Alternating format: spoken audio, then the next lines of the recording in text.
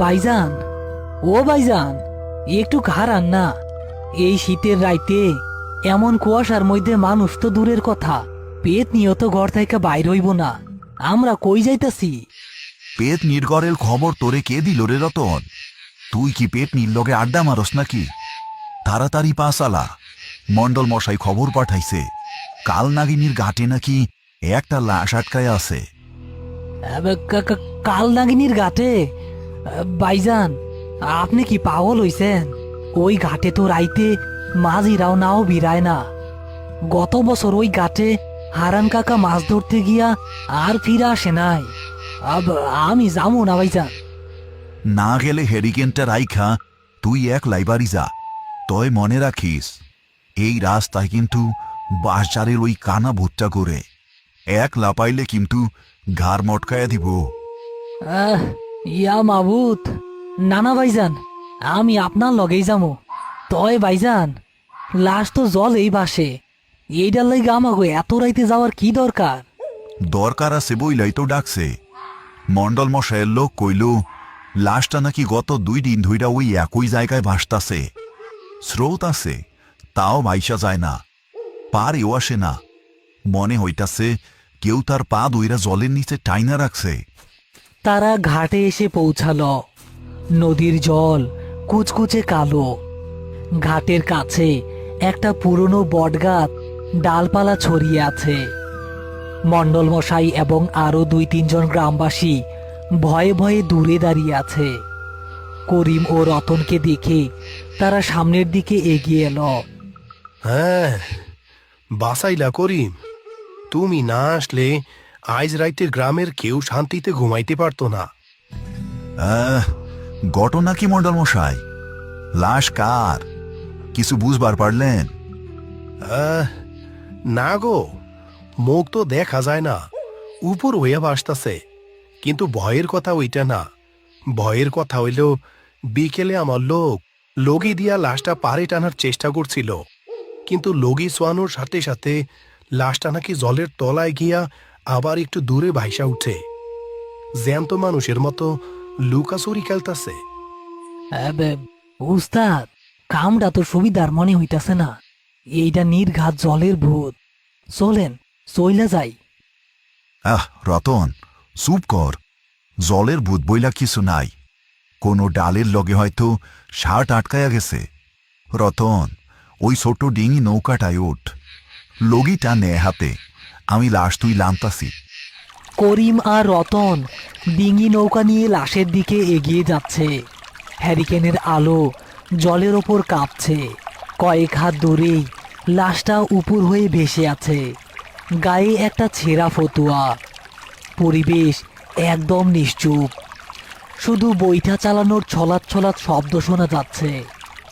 রতন, নৌকা থামা, হ্যারিকেনটা ভালো কইরা লাশের দিকে ধর। আমি বাঁশের আকড়া দিয়া লাশের জামাটা বাজাইয়া টান দিব, তুই শক্ত কইরা বইসা থাকিস। উস্তাদ, আমার বুকের ভিতর কেমন জানি করতেছে। লাশের গা দিয়া পচা গন্ধের বদলে কেমন একটা পোড়া পোড়া গন্ধ আইতাছে, খেয়াল করছেন? হ, গন্ধটা তো অদ্ভুত। আচ্ছা যাই হোক, বিসমিল্লাহ। করিম বাঁশের মাথায় লাগানো লোহার আকড়াটা দিয়ে লাশের ফতুয়াটা আটকে নিজের দিকে টানতে শুরু করলো। লাশটা নৌকার একদম কাছে চলে এসেছে। করিম লাশের কাঁধ ধরে তাকে সোজা করে নৌকায় তোলার চেষ্টা করছে। ঠিক সেই মুহূর্তে একটা ভয়ঙ্কর ঘটনা ঘটল। যে লাশটা এতক্ষণ নিথর ছিল, তার একটা বরফের মতো ঠান্ডা হাত হঠাৎ করেই জলের নিচ থেকে উঠে এসে করিমের ডান হাতটা শক্ত করে চেপে ধরল। লাশের মুখটা ধীরে ধীরে জলের উপর ভেসে উঠল। চোখ দুটো খোলা, কিন্তু চোখের মণি বলতে কিছু নেই, পুরোটাই টকটকে লাল। আর তার ঠোঁট দুটো ফুঁড়ে বেরিয়ে এসেছে দুটো অস্বাভাবিক বড় দাঁত। এত তারা কিসের রে করিম? আমার সাথে একটু জলেই থাক না। উস্তাদ, উস্তাদ গো! নৌকাটি প্রচন্ড জোরে দুলছে। রতনের হাত থেকে পড়ে যাওয়া হ্যারিকেনের কাঁচ ভেঙে নৌকার পাটাতনে কেরোসিন ছড়িয়ে পড়েছে। সেখানে দপদপ করে ছোট্ট একটা আগুন জ্বলে উঠল। সেই লালচে আলোয় লাশের বিকৃত মুখটা আরো ভয়ঙ্কর দেখাচ্ছে। লাশের বরফ শীতল হাতের চাপে করিমের মনে হচ্ছে তার হাড় গুঁড়ো হয়ে যাবে। রতন ফিল্লাবি না, লগিটা নে, লগি দিয়া ওর মাথায় বাড়ি দে। উস্তাদ গো, আমি পারুম না। ও চোখ দেখছেন, ও তো মানুষ না, ও তো রাক্ষস।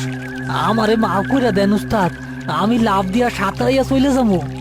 চুপ কর হারামজাদা, এই রাইতে সাঁতরাইলে এই জলের ভুত্তর পা চাইপা ধইরা পাতালপুরিতে নিয়ে যাইব। লগি না ধরলে আমি নিজেই তোরে ধাক্কা দিয়া ফালাইয়া দিমু। রতন ভয়ে চোখ বন্ধ করে বাঁশের লগিটা হাতে নিল এবং আন্দাজে একটা বাড়ি মারল।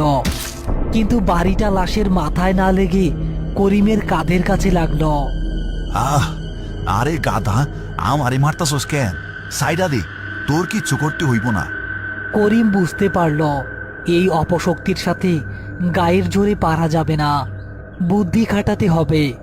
তার মনে পড়ে গেল পুরনো দিনের এক অভিজ্ঞতার কথা। কালো জাদুতে ভর করা লাশ লোহা আর আগুন ভয় পায়।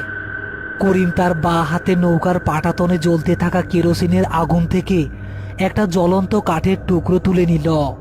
তুই জ্যান্ত না মরা আমি জানি না, তয় করিমের হাত ধইরা এই জীবনে কেউ পার পায় নাই। নে, খাই যা। করিম জ্বলন্ত কাঠের টুকরোটা লাশের সেই লাল চোখের দিকে চেপে ধরল।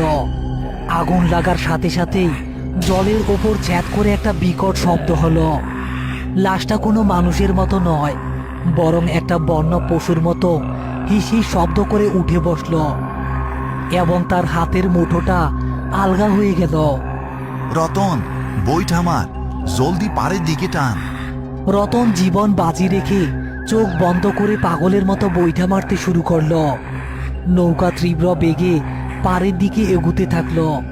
পেছনে তাকাতেই করিম দেখলো লাশটা জলের ওপর সোজা হয়ে দাঁড়িয়ে আছে। তার অর্ধেক শরীর জলের নিচে, বাকি অর্ধেক ওপরে। সে নৌকার দিকে তাকিয়ে একটা বীভৎস চাপা হাসির শব্দ করছে। নৌকা পাড়ে এসে সজোরে ধাক্কা খেল। রতন এক লাফ দিয়ে কাদামাটিতে আছড়ে পড়ল এবং এক দৌড়ে মণ্ডল মশাইয়ের পেছনে গিয়ে লুকালো। করিম হাঁপাতে হাঁপাতে নৌকা থেকে নেমে এলো।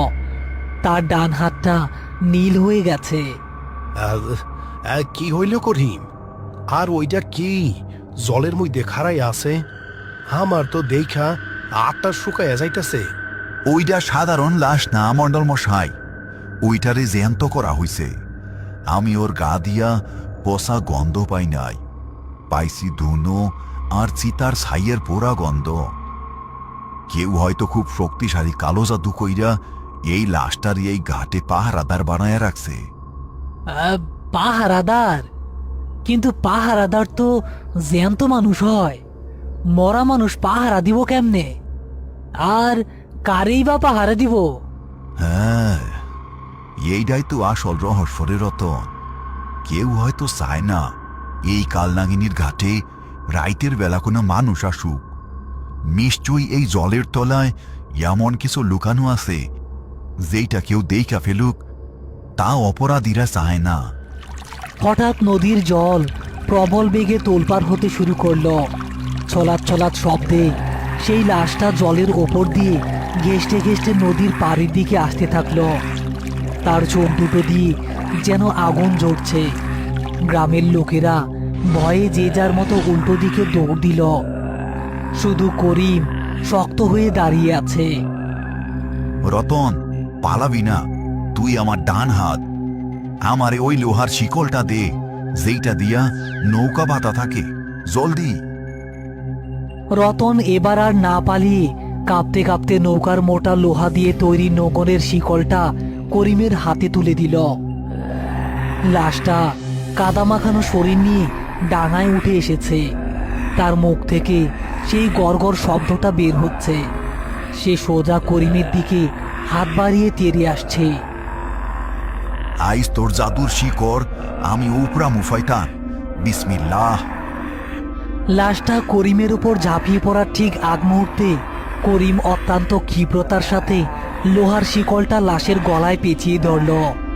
লোহা ছোঁয়ার সাথে সাথেই লাশটার শরীর থেকে ধোঁয়া বের হতে শুরু করলো এবং সে ছটফট করতে থাকলো। রতন, ওর পা দুইটা ধর, ওরে জলের দিকে যাইতে দিস না। জল পাইলে ও আবার শক্তি পাইব। আচ্ছা উস্তাদ, ধরেন। রতন গিয়ে লাশের পা দুটো শক্ত করে চেপে ধরল।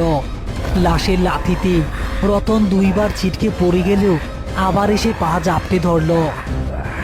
করিম শিকল দিয়ে লাশটাকে মাটিতে চেপে ধরে তার শরীরটা পরীক্ষা করতে থাকলো। হঠাৎ তার চোখ গেল লাশের গলার পেছনের দিকে। ঘাড়ের ঠিক নিচে একটা কালো রঙের বড় লোহার পেরেক অর্ধেক ঢোকানো আছে, যার মাথায় লাল সুতো পেঁচানো।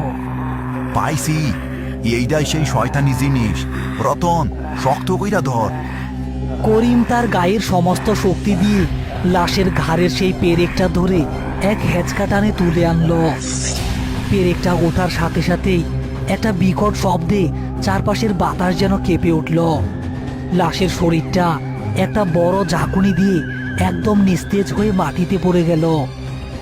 তার লাল চোখ দুটো ধীরে ধীরে সাধারণ মরা মানুষের মতো ঘোলাটে চোখে পরিণত হলো। মুখ থেকে পিশাচের সেই আভাটা ধীরে ধীরে মুছে গেল।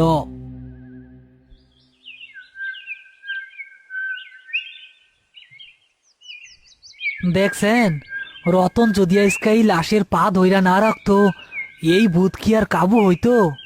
উস্তাদ তো খালি পেরেক তুলছে, আসল কাম তো আমি করছি নাকি? হ, তুই তো একেবারে বাঘের বাচ্চা রতন। রাইতে তো ভয়ে প্যান ভিজায়া ফালানোর দশা হয়েছিল তোর। কিন্তু করিম, এই পেরেক, এই কালো জাদু, এইগুলা কে করলো আর কেনই বা করলো? আমি কাইল রাইতে কইছিলাম মন্ডল মশাই, এই ঘাটে রাইতের বেলা যেন কেউ না আসে, সেই জন্যই এই ভয়ঙ্কর ফন্দি করা হয়েছিল। আপনারা জলের তলায় জাল ফেলা দেখেন, নিশ্চয়ই কোনো সারাসোলানের মাল বা অন্য কোনো রহস্য লুকানো আছে। মণ্ডল মশাইয়ের নির্দেশে জেলেরা নদীতে বড় জাল ফেলে। কিছুক্ষণ পরেই জালের সাথে টেনে তোলা হয় বড় বড় কয়েকটি কাঠের বাক্স, যার ভেতরে ভর্তি চোরাই সোনা এবং বিদেশি অস্ত্র।